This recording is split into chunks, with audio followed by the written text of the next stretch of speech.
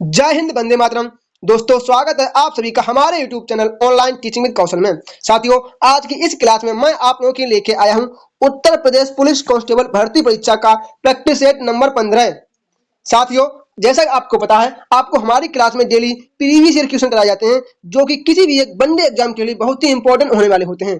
खासकर ये सभी प्रीवियस ईयर क्वेश्चन वही क्वेश्चन है जो यूपी पुलिस में ज्यादा बार पूछे गए हैं। तो साथियों, वीडियो को बिना स्किप के अंत तक जरूर देखें। अगर आपने अभी तक मेरे चैनल को सब्सक्राइब नहीं किया है तो मेरे चैनल को जरूर सब्सक्राइब करें, ताकि आने वाला अगला वीडियो सबसे पहले आपके पास पहुंच सके। तो साथियों, अब हम लोग करेंगे अपने सामान्य ज्ञान के प्रश्न। साथियों, तो आज सबसे पहले हम लोग करेंगे अपने सामान्य ज्ञान के प्रश्न। इसमें हमारा प्रश्न नंबर 1 क्या है? विश्व का पहला ऊंट अस्पताल किस शहर में स्थित है? विश्व का पहला ऊंट अस्पताल किस शहर में स्थित है? तो साथियों, ये कहां हो जाएगा? ये दुबई में हो जाएगा। ऑप्शन नंबर डी हमारा राइट आंसर होगा, दुबई। इसके बाद हमारा अगला प्रश्न क्या है? प्रश्न नंबर 2, जापान की मुद्रा है। जापान की मुद्रा का नाम क्या है? तो क्या है? जापान की मुद्रा का नाम क्या है? एन। ऑप्शन नंबर ए हो जाएगा, एन। जापान की कैपिटल कहां है, मतलब राजधानी? तो कहां? टोक्यो। जापान की राजधानी टोक्यो हो जाएगी। उसके बाद हमारा अगला प्रश्न क्या है? प्रश्न नंबर 3, केंद्रीय खाद्य प्रौद्योगिकी और अनुसंधान संस्थान कहाँ है? केंद्रीय खाद्य प्रौद्योगिकी एवं अनुसंधान संस्थान ये कहाँ स्थित है? तो कहाँ? ये मैसूर में स्थित है। कहाँ? मैसूर। ऑप्शन नंबर बी हमारा राइट आंसर होगा, मैसूर। हमारा अगला प्रश्न क्या है? प्रश्न नंबर 4, ईसीजी का प्रयोग किस रोग के निर्माण के लिए किया जाता है? जो ईसीजी है, इसका प्रयोग किस रोग के निर्माण के लिए किया जाता है? तो किसके लिए किया जाता है? हृदय की कमजोरी के लिए। हृदय की कमजोरी के लिए, तथा इससे हृदय की गति भी मापते हैं। इससे हम लोग हृदय की गति भी मापते हैं। इसके बाद हमारा अगला प्रश्न क्या है? प्रश्न नंबर 5, हरदुआगंज ताप विद्युत परियोजना कब प्रारंभ हुई थी? जो हरदुआगंज ताप विद्युत परियोजना है, इसका आरंभ कब किया गया था? तो कब? 1942। हरदुआगंज ताप विद्युत परियोजना का शुरुआत 1942 में की गई थी।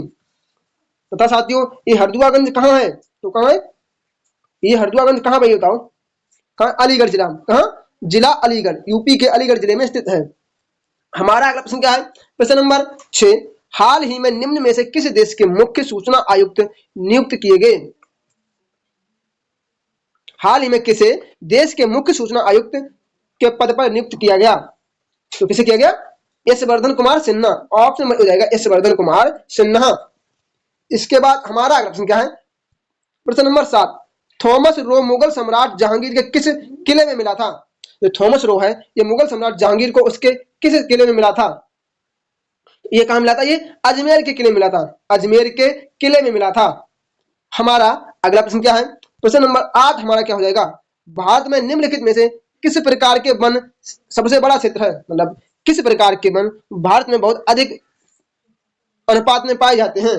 तो कौन से वन है? हम देखते हैं इसके ऑप्शन। ये कौन से वन होते हैं? ऑप्शन नंबर डी, उष्णकटिबंधीय गीला सदाबहार वन। उष्णकटिबंधीय गीला सदाबहार वन, ये जो है ना, भारत में सबसे ज्यादा पाए जाते हैं। इसके बाद हमारा अगला प्रश्न क्या है? प्रश्न नंबर 9, देश को उत्तर प्रदेश के हिमालयी पहाड़ी क्षेत्र में उत्तराखंड नाम का एक नया राज्य अस्तित्व में आया। उत्तराखंड है, इसका निर्माण कब किया गया? तो आप लोग ये बताएंगे कि उत्तराखंड का निर्माण किस राज्य से कटकर हुआ है? तो किसके हुआ है? ये उत्तर प्रदेश से काटकर, ये यूपी से काटकर बनाया गया था। तो इसका राइट आंसर होगा ऑप्शन नंबर बी, 9 नवंबर 2000 को उत्तराखंड का निर्माण किया गया था। इसके बाद हमारा अगला प्रश्न क्या है? प्रश्न नंबर 10 हमारा क्या हो जाएगा? 1 दिसंबर किस रूप में मनाया जाता है? जो 1 दिसंबर है, इस दिन कौन सा दिवस मनाया जाता है? तो आपको पता है 1 दिसंबर को विश्व एड्स दिवस मनाया जाता है। कौन सा? विश्व एड्स दिवस मनाया जाता है। हमारा अगला प्रश्न क्या है? प्रश्न नंबर हमारा 11 क्या हो जाएगा? अनुच्छेद 368 किसका उल्लेख करता है? तो आपको पता है जो अनुच्छेद 368 है, यह संविधान में संशोधन की प्रक्रिया, किसका? संविधान में संशोधन की प्रक्रिया को दर्शाता है। तो ऑप्शन नंबर डी हमारा राइट आंसर हो जाएगा, संविधान संशोधन की प्रक्रिया। हमारा अगला प्रश्न क्या है? प्रश्न नंबर 12, हिंदू मुस्लिम एकता का प्रतीक सुलह-कुल महोत्सव उत्तर प्रदेश के किस जिले में मनाया जाता है? जो यूपी का हिंदू मुस्लिम एकता का प्रतीक है सुलह-कुल मेला, यह यूपी के किस जिले में मनाया जाता है? तो कहां मनाया जाता है? आगरा। ऑप्शन नंबर डी हमारा राइट आंसर होगा कि आगरा में मनाया जाता है। इसके बाद हमारा अगला प्रश्न क्या है? प्रश्न नंबर 13, देहरादून निम्न में से किसकी राजधानी है? जो देहरादून है, ये किसकी राजधानी है? तो किसकी? उत्तराखंड की राजधानी देहरादून हो जाएगी।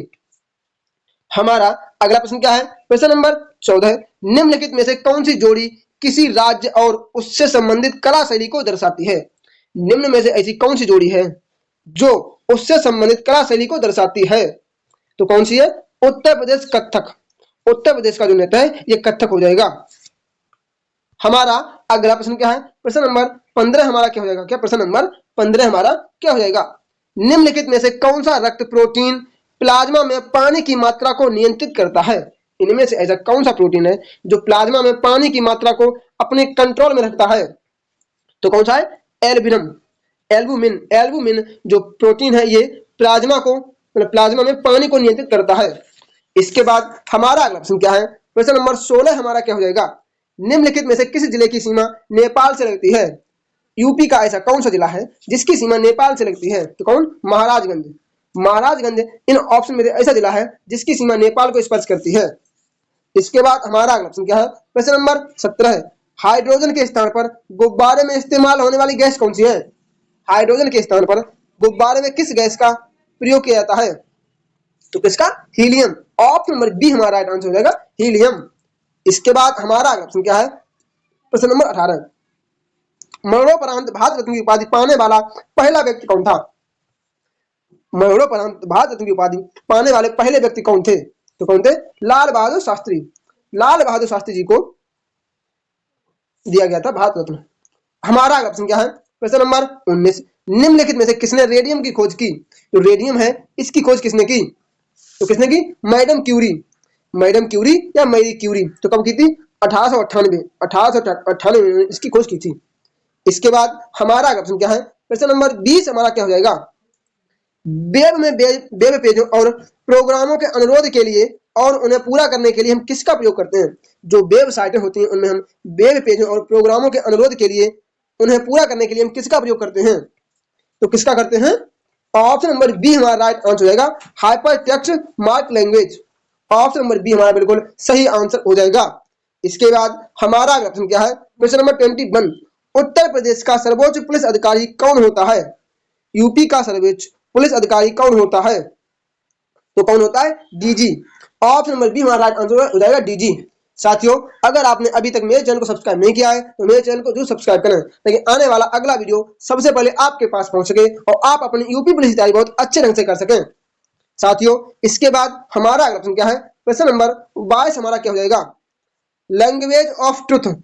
लैंग्वेज ऑफ ट्रुथ एसएस 2003-2020 नामक पुस्तक किसने लिखी? लैंग्वेज ऑफ ट्रुथ एसएस 2003 से लेकर 2020 नामक बुक किसने लिखी है? ये पुस्तक किसके द्वारा लिखी गई है? किसने? सलमान रुश्दी ने लिखी है। ऑप्शन नंबर डी हमारा राइट आंसर रहेगा, सलमान रुश्दी। इसके बाद हमारा अगला प्रश्न क्या है? प्रश्न नंबर 23 हमारा क्या हो जाएगा? भारत का सबसे बड़ा हॉकी स्टेडियम राउरकेला में निर्माण हो रहा है। जो भारत का सबसे बड़ा हॉकी स्टेडियम है इसका निर्माण राउरकेला में हो रहा है। इस स्टेडियम का नाम किस महान व्यक्ति के नाम पर रखा जाएगा? जो ये स्टेडियम बन रहा है इसका नाम किसके नाम पर रखा गया है? तो कौन? हमारे वीर महान बिरसा मुंडा। ऑप्शन नंबर दी जाएगा, वीर महान बिरसा मुंडा जी के नाम पर रखा गया है।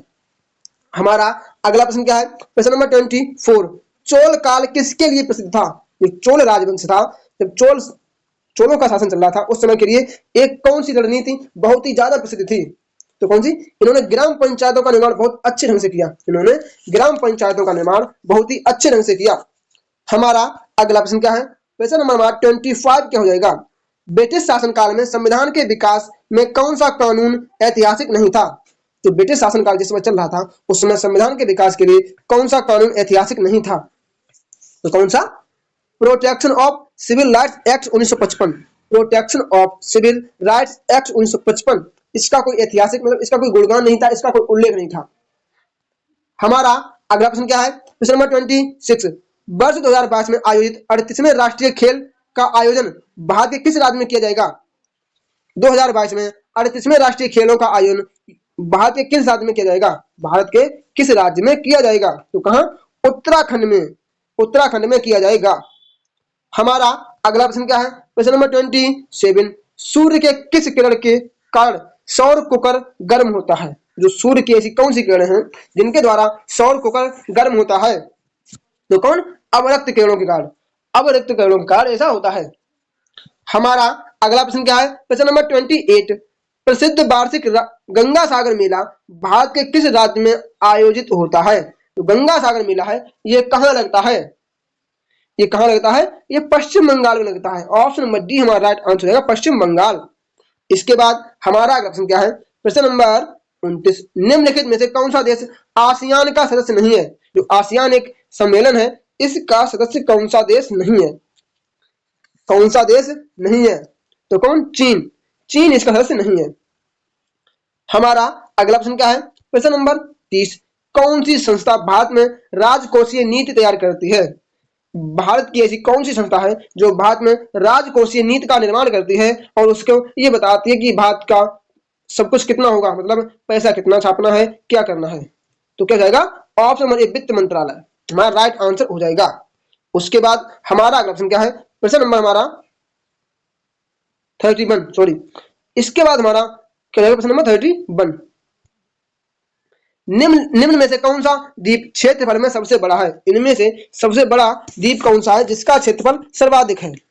तो कौन है? वोर्निया। हमारा राइट आंसर है वोर्निया। वैसे तो विश्व का सबसे बड़ा द्वीप कौन सा है? ग्रीनलैंड है। कौन सा? ग्रीनलैंड है। आप लोग मुझे ये बताइए कि ग्रीनलैंड पर प्रेजेंट टाइम में किसका कब्जा है? हमारा अगला प्रश्न क्या है? प्रश्न नंबर 32, रक्तदाब की इकाई क्या है? जो रक्तदाब है इसकी इकाई क्या है? तो आपको पता है रक्तदाब की इकाई होती है न्यूटन प्रति वर्ग मीटर या न्यूटन प्रति मीटर स्क्वायर। न्यूटन प्रति मीटर स्क्वायर ऐसे लिख सकते हैं।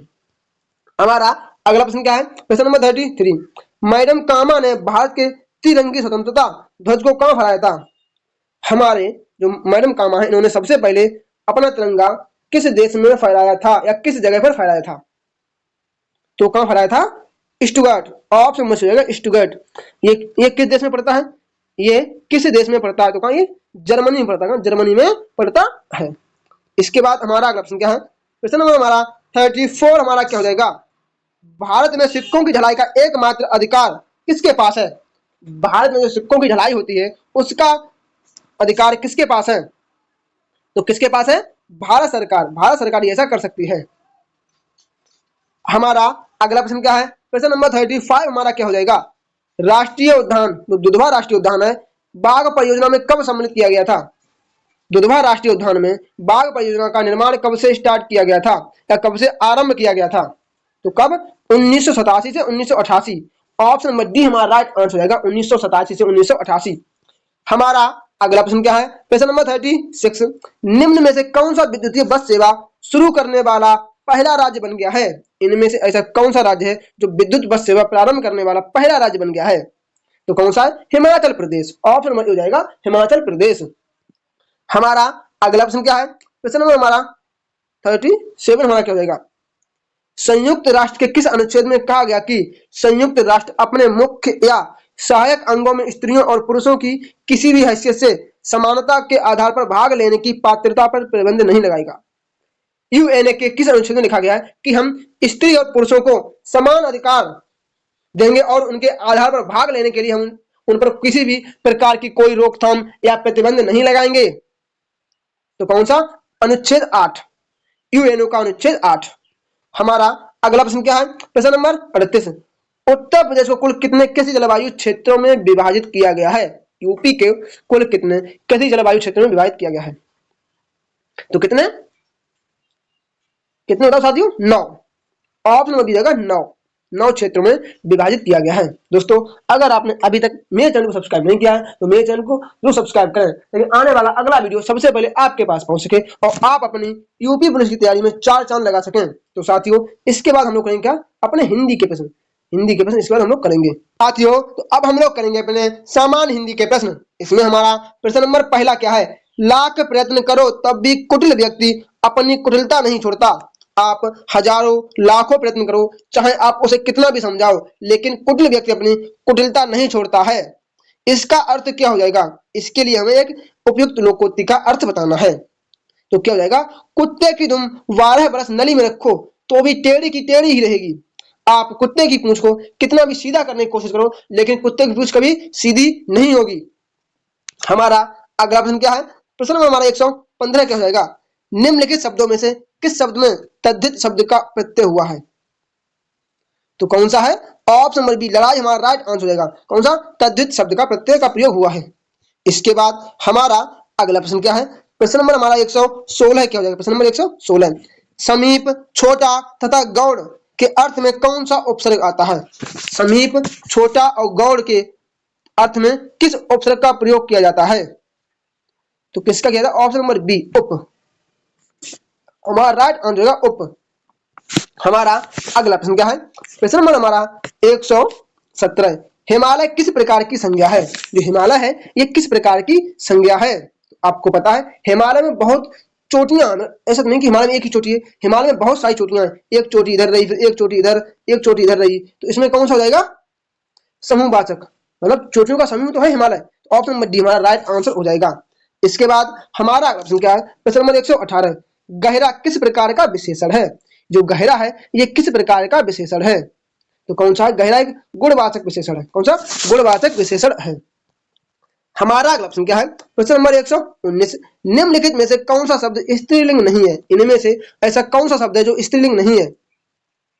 तो कौन सा शब्द है? ऑप्शन नंबर बी, फसल। ये पुल्लिंग शब्द है। क्या ये एक पुल्लिंग शब्द है? साथियों ये अपवाद में आता है, ये अपवाद में आता है। आप लोग इतना याद रखना, ये फसल है, ये फसल किस में आता है? अपवाद में आता है। नहीं तो आप लोग ये बोलो कि सर फसल बोई जाती है तो ये हो जाएगी हमारी स्त्रीलिंग, लेकिन नहीं, फसल जो है ना पुल्लिंग में आती है, ये एक अपवाद है। आप लिख लो अपवाद में है। हमारा अगला प्रश्न क्या है, प्रश्न नंबर 120, सखी शब्द का बहुवचन रूप है। जो सखी है इसका बहुवचन क्या हो जाएगा? सखी का बहुवचन क्या हो जाएगा? तो क्या हो जाएगा? सखियां हो जाएगा। ऑप्शन नंबर बी हमारा राइट आंसर होगा, सखियां। हमारा अगला प्रश्न क्या है, प्रश्न नंबर 121, उत्तम पुरुष सर्वनाम के किस भेद का एक प्रकार है? जो उत्तम पुरुष है ये सर्वनाम के किस भेद का एक प्रकार है? तो कौन सा है? पुरुषवाचक। ऑप्शन नंबर सी रहेगा, पुरुषवाचक। हमारा अगला प्रश्न क्या है, प्रश्न नंबर 122 हमारा क्या हो जाएगा? भाषा की सार्थक इकाई है। भाषा की सार्थक इकाई क्या है? जो भाषा है इसकी सार्थक इकाई क्या है? क्या जाएगी? वाक्य। ऑप्शन नंबर ए जाएगा, वाक्य, या इसे वर्ड भी कह सकते हैं। ठीक है ना साथियों, वर्ड भी कह सकते हैं। हमारा अगला प्रश्न क्या है, प्रश्न नंबर 123, निम्न में कर्म वाच्य का उदाहरण है। निम्न में कर्म वाच्य का उदाहरण कौन सा है? तो क्या जाएगा? ऑप्शन नंबर ए, पत्र लिखा जाता है। पत्र लिखा जाता है। हमारा अगला प्रश्न क्या है, प्रश्न नंबर 124, जो धन कमाते हो उसमें से थोड़ा अवश्य बचाना चाहिए। आप जो धन कमाते हो उसमें से थोड़ा धन अवश्य बचाना चाहिए। इस वाक्य की पहचान कीजिए। तो क्या जाएगा? ऑप्शन नंबर डी, इच्छावाचक हमारा राइट आंसर हो जाएगा। इसके बाद हमारा अगला प्रश्न क्या है, प्रश्न नंबर 125, पर किस प्रकार का परसर्ग है? जो पर्ग है ये किस प्रकार का परसर्ग है? तो क्या हो जाएगा? अधिकरण में। पर पे किसमें आता है? अधिकरण में आता है। इसके बाद हमारा अगला प्रश्न क्या है, प्रश्न नंबर 126, भाषा विज्ञान की दृष्टि से उ किस प्रकार का स्वर है? जो बड़ा उ है ये किस प्रकार का स्वर है? तो किस प्रकार का स्वर है? ऑप्शन नंबर सी, पश्च सम्मत स्वर है। ऑप्शन नंबर सी हमारा राइट आंसर होगा, पश्च सम्मत स्वर। हमारा अगला प्रश्न क्या है, प्रश्न नंबर 127, सघोष ध्वनि का चयन करें। निम्न में से कौन सी एक सघोष ध्वनि है? तो कौन सी जाएगी? ऑप्शन नंबर डी, घा हमारा राइट आंसर हो जाएगा।